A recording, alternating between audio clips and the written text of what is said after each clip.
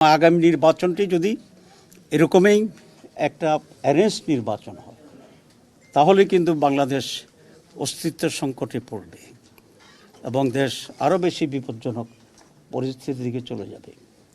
একটি দলের পক্ষ থেকে ভিজিএফ কার্ড ইত্যাদি কৃষি কার্ড ইত্যাদি বিতরণ করা হচ্ছে বিভিন্ন জায়গায়, ফ্যামিলি কার্ড দিচ্ছে যে ওরা ক্ষমতা গেলে কার্ড ছাপাইয়া দিচ্ছে যে এটা কার্ড করবে। এটা পরিপূর্ণভাবে সুস্পষ্টভাবে আচরণবিধি লঙ্ঘন। আমরা এটা দৃষ্টি আকর্ষণ করেছি এবং ইলেকশন কমিশন আশ্বস্ত করেছেন যে ধরনের ঘটনা হলে তারা ব্যবস্থা গ্রহণ করবেন এবং সেই জন্য আমরা অপেক্ষায় আছি।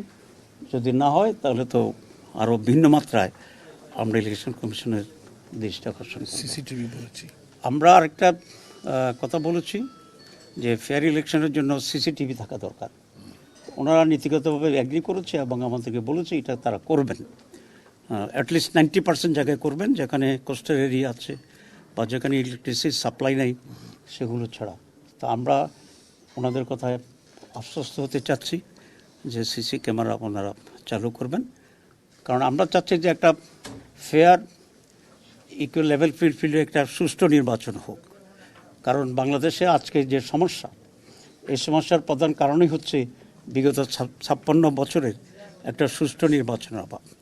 এবং আগামী নির্বাচনটি যদি এরকমই একটা অ্যারেঞ্জ নির্বাচন হয় তাহলে কিন্তু বাংলাদেশ অস্তিত্ব সংকটে পড়বে এবং দেশ আরও বেশি বিপজ্জনক পরিস্থিতির দিকে চলে যাবে। একটি দল এই করতে গিয়ে তো নির্বাসনে আছে, সুতরাং আরেকটা দল যদি করে তারা এক পর্যায়ে গিয়ে নির্বাসনে যাবে, তারপরে যদি আরও একটা দল করে পর্যায়ে তারাও নির্বাসন হচ্ছে, তো বাংলাদেশে তার কোনো রাজনৈতিক দল থাকবে না, এই অবস্থায় নির্বাচনে চলে যেতে হবে। এই জন্য সবাইকে আমি মনে করি বাস্তবতা গ্রহণ করে দেশের স্বার্থে যেটা করা দরকার, সকল রাজনৈতিক দল নিজেকে কনস্ট্যান্ট বা নিজেকে একটা নিয়মের ভিতরে রাখতে হবে।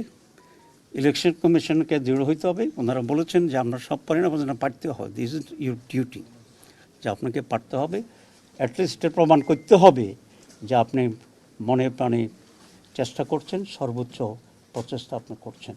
আদারওয়াইজ নেশন আপনাকে দায়ী করবে, ইলেকশন কমিশনকে দায়ী করবে, গভর্নমেন্টকে করবে না।